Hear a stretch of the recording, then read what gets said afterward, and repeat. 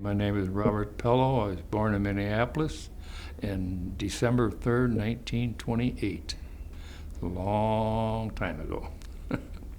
And I was raised here, went to grade school in Prescott School. It's gone now. And I went to Edison High School and graduated in June of 1947. And then I tried to join the Army. The Army rejected me, and then I joined the Marine Corps, and they accepted me through a fault of a naval person who was drunk when he gave me the physical. I should have never made it. And I was in the reserves for 2 years, and I was activated, and I think it was September or August of 1950. Spent a week or so in California at Camp Pendleton, and they shipped us over to Korea, and I spent time in Korea. And I was wounded on December 3rd, 1950, and they sent me home. Never went back again. And I stayed in Great Lakes, Illinois hospital, and when I got out of the hospital, we went to Marine Barracks, which was a brig, and that's what my duty was, guarding the Navy prisoners. Young kids who did not want to stay in the Navy. So they go AOL, come back, and they got kicked out. That's basically my Marine Corps history. So now it's up to you to start asking the questions. When you enlisted, why were you interested in enlisting? The first time in the Army? Well, when I was in school, I think it was 10th grade, they asked you, what do you want to do with your life? I think they still do that somewhat. And I told Army. Even them days, I wanted to join the Army. Don't know why. My dad hated the Army because he was in the First World War, and he just hated the Army. He couldn't stand the military at all. So when I joined the Army, I was not quite 21 yet. I was only about 19, and you had to be 21 to join it. So he had a sign, or my parents did, and my dad thought he was going to kill me because I joined the Army. But they did sign for me, and like I said, I took the physical, and due to a drunken corpsman is a Navy person, I passed the physical when I shouldn't have. And then when I took the Marine Corps physical, I'm sorry, I goofed up. The Army just wouldn't pass me because I couldn't hear. It was the Navy that goofed up with the corpsman, and that's how they said it. He asked, instead of giving me the hearing test, he asked me, how's your hearing? I said, pretty good. They accepted me. And then when the war came along, they didn't care. It was, you were alive and you were a target.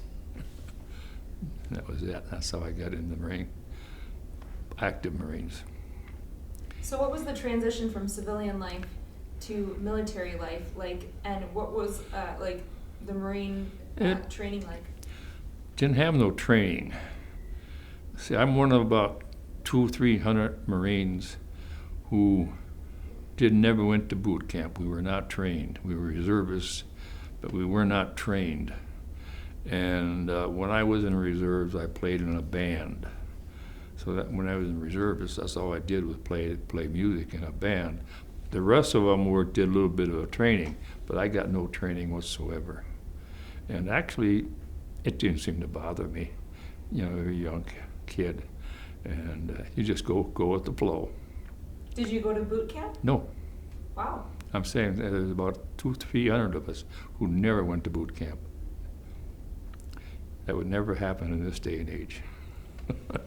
They train and train and train and train. You know. So when did you depart for Korea? Let's see. I went in and think it was in August. And we went to Japan, and then they stayed there for a couple of days, and then we went to Korea. And I landed, I don't know what, I lost track of days back then. And it was a week after they made the initial landing at Incheon. And I got no other. And so all I did down South Korea was walk, walk, walk, and walk some more. You talk about 1,000,000 miles in one day. We walked because we never really ran into any combat in South Korea, my unit. So when you arrived at Incheon, can you paint me a picture of what did it look like and what did it feel like? Didn't really feel anything different. It was a very destructed country, very old, and everything was just, you know, they used horses and they used oxen. You didn't see any vehicles at all. But we weren't looking for any either. So it was just a poor, poor country. Did you know anything about Korea before you went? Never heard of it. Not until the North Koreans crossed the border did I ever hear of Korea, like most other people. So how did you feel when you got your orders to go to Korea? Nothing special, just part of life, you know. I really was very flamboyant about it. Okay, I'll go. Didn't worry me. I never was worried all the time I was up there, even up in the reservoir. It was just cold. What the heck? I've been cold before. But that's about my feeling about the whole thing. I had no ands or ifs or buts, but. Can you tell me more of your journey? So you arrived at Incheon, and then where did you go from there? Like I said, we just walked up one hill, stay there at night, walk down in the morning, walk, up another hill at night, stayed there. What we were doing was trying to find the North Koreans that were fleeing north, but my unit never found any. And we did that for 2 weeks. And then they shipped us back to Incheon, and we stayed there for, I think it was about 10 days. And they sent us around the Horn up to North Korea. And what happened then? Well, we landed at Wonsan, I believe it was. And then we walked some more, and it was starting to get cold then. And then they put us on trucks and trucked us up to the reservoir. And that's the reservoir as far as I got. I didn't go up farther at all. In fact, I was in what they call heavy weapons, heavy machine gun, water-cooled Brownings, they called them. We were the only gun like that in Hageru when all the others were up farther north. And we were all surrounded by Chinese. And on the 6th of December, when they came back from north, on the 6th of December, they started to push back south to Wonsan or Hamhung, where they were going to go. I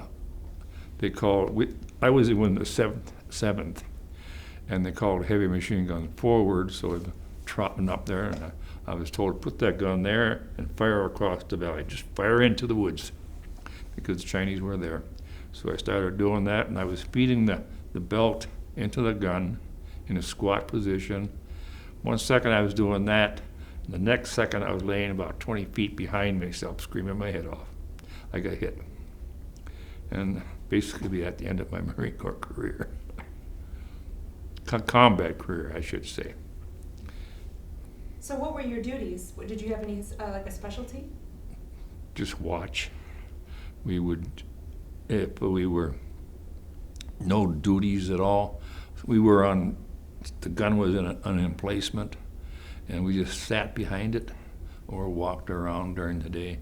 But at night we would be right behind the gun in case somebody tried to attack out in front of us. Nobody ever did. We were very fortunate.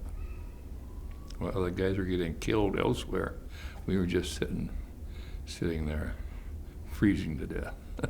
Because it was 32 below zero up there during those days. And it was cold. So, Can you tell me more about what it was like, between the day after Thanksgiving and before you started to leave? What was well, that the time? day after Thanksgiving, that's when they started going north of Hagaroo. And my unit just stayed in Hagaroo. And the rest of the outfits, they moved up farther north, and they got themselves cut off up there. And then there was a lot of fighting. One night, we were dug in on the outskirts of Hagaroo, where they were building the airfield. I could see them, caterpillars, grounding up the ground, And at night, you could see the traces going back and forth. The Chinks were shooting at our guys, and we were shooting back at them. But we were probably about a mile and a half away, and we were standing around a big fire we had built, just watching the traces going back and forth, like a picture show. See, but if you weren't in it, you weren't in it. So that's about it. So what was the journey like? Can you tell me, paint me a picture when you did start to move out? Out of where? When you started to head back down. Come back down south. Well, like I said, the whole division was lined up on the road, and 7th Infantry, which I was in, was what we called the point, the very first unit going out, and they had just started to move. They maybe went 50 yards, and the Chinese started firing at them. So they called us forward, and we fired back at them, and that's when I got shot. And this is probably about 10 o'clock in the morning on the 6th of December, and before nightfall, I was in a hospital in Japan. Very fortunate. If it had been a day later, or later, it would have been very rough, because it was, like I said, 30 below zero in that weather. Are there any stories that you remember from any of your time in Korea? Anything that stands out? Nothing really, except the Chosen stands out in my mind, because, like I said, nothing really happened to my unit in South Korea. So except we walked and walked and walked and climbed hills, and the next morning we would go down that hill and we'd walk some more. And it was day after day after day like that. Well, one little maybe novelty, we were told to take our salt pills when it was still hot.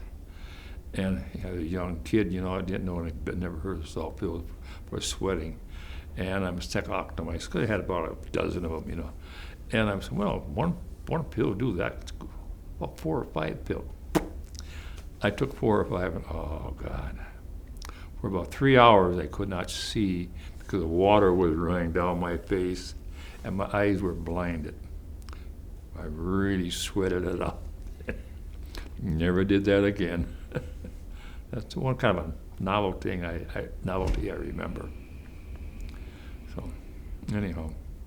So what kind of friendships or camaraderie did you form during your time? Well, we as a unit never, with the people there were seven people on my gun. Those are the only guys you really talked to or seen, because everything was in such a rush, and you really had no spare time to sit around and jabber with each other. Everything was, you had to be on the guard. And there's only one person left in that alive yet that I really remember, and he lives out in California, and he will not travel. I've gone out twice to see him, but he will not travel anywhere. But I'm thinking of going out there once more, maybe next year, go out and see him. And 'cause I was the assistant gunner and he was the gunner, so we were close to each other. And Gene Winkler was his name, and he was a reservist, not like the rest of us. But he had been in the Marines before, 50. So he had boot training. So. When did you rotate home? Well, when I got shot, I ended up in Great Lakes, Illinois, a Navy base. They had a hospital there. So that's where I stayed until from just before Christmas to about the end of February. Then they sent me home for a month leave, and then I went back to Great Lakes again, and then they discharged me out of the hospital to Marine Barracks, which I said was a brig. Okay, so I took a long weekend that weekend, went home, got in a car accident, broke my arm, back to the Naval Hospital I went, and stayed there till the 1st of June. Then I came home, got married, had my honeymoon, all in a month's time, then went back to Great Lakes. Then they sent me back to Marine Barracks, and that's where I stayed till I got released from active duty. And what was that date? It was in the fall, early fall. I don't really remember. Of what year? 52. So what was the reception like when you got home? On a low key, I was, for the first time in December, right after I got out of the hospital for the first time, I was warmly received by my fiance and my dad. They both came in on the Milwaukee Depot, and like old home weeks, same old, same old. There was no big hurrah or hooroo, a big crowd or anything like that. It was just a guy coming home. So how did your time in the service affect the rest of your life? It has steered, well, for the first 40 years after I got out of service, I was working. It really had no effect at all, except from about 1990, I started getting involved with military organizations.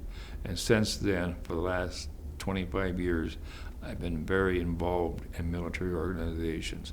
I belong to 4 or 5 military organizations, and I'm active in all of them. I'm officers in part of them, treasurer in 4 organizations. I got the money. So anyway, that's been a big part of my life for the last 25 years. So. Where were you when the war ended? 53, probably working. It was very low key. I didn't go downtown, yeah, and all that kind of stuff, like a lot of people did. I just, well, it's ended, that's over now, good. Nobody else will be killed, but they were. So anyway, very low key. And what have you done since that time? In what manner? Just in life, kind of in general? Well, like I said, for 40 years I just worked. I was in business. I sold gasoline retail when gas was $29.9 a gallon. And then I was in a vending business for 12 years. I went back in the gasoline business when the gas was $1.12 a gallon. And in '99, I just quit it. And then I worked a little bit for a delivery company, and then I had some work done on my knees, and they told me it would be 6 months, you were going to be laid up. 4 weeks, and I was running around again. But I had quit, so I just stayed quit. And that was it. So. And I can't remember if I asked you specifically, like what division and unit, etc. were you in? Okay. Weapons Company, 2nd Battalion, 7th Marines, 1st Marine Division. And that's the official nomenclature for it. And how did your time in the service, how has that affected how you feel about the military service or war? Oh, I don't think it changed my effect about war, because I've always felt the same about war. But my military, I feel about the military, I'm always with everybody I know. Most everybody is military. 99% of the people I associate with are military. And as far as war, well, sometimes you have to have it, and I think we'll have it again pretty quick. My personal opinion. Don't mean much. And like, what kind of life lessons do you feel like you learned through your military service? I learned to talk to people. When I was in school, I was very introverted. I had about 2 good friends, and one of those good friends was one of the guys that got me in the Marine Corps, and he stayed in the Marine Corps because he went to ROTC and came out an officer, and he was killed in Nam. And that kind of hit me pretty hard. And the other good friend, he died probably about, quite a while ago, because he would smoke 3 packs a day, and it got him. So, and I never smoked in my life, so here I am. Have you been back to Korea since? Twice. And they were with a religious group, and so we've seen quite a bit. It has really grown, because they started basically with nothing at all, so they didn't have buildings to tear down and that kind of stuff. And the railroad system is beautiful because they didn't have one before, and they have an awful lot of people. The Seoul, when I was north of Seoul, from Seoul to Incheon, probably about 10-15 miles, and it was all country. Now it's Seoul, Incheon. There is no division between the two. It's grown hugely. And traffic is, I don't know how they do it, but traffic is horrendous, 24 hours a day. And there is not much in signage. You just weave in and out. Thank God I wasn't driving. We had Korean drivers. So as you see that transition that they've gone through, how did it feel to be a part of that history? Never thought of it, to tell you the truth. See, they've improved their life considerably. Most of them have anyway. And I really don't think about that. I suppose we did have a lot to do with it, but I've never really considered the fact. They do their thing and we do our thing down, and poor people up north are just stuck with what they got.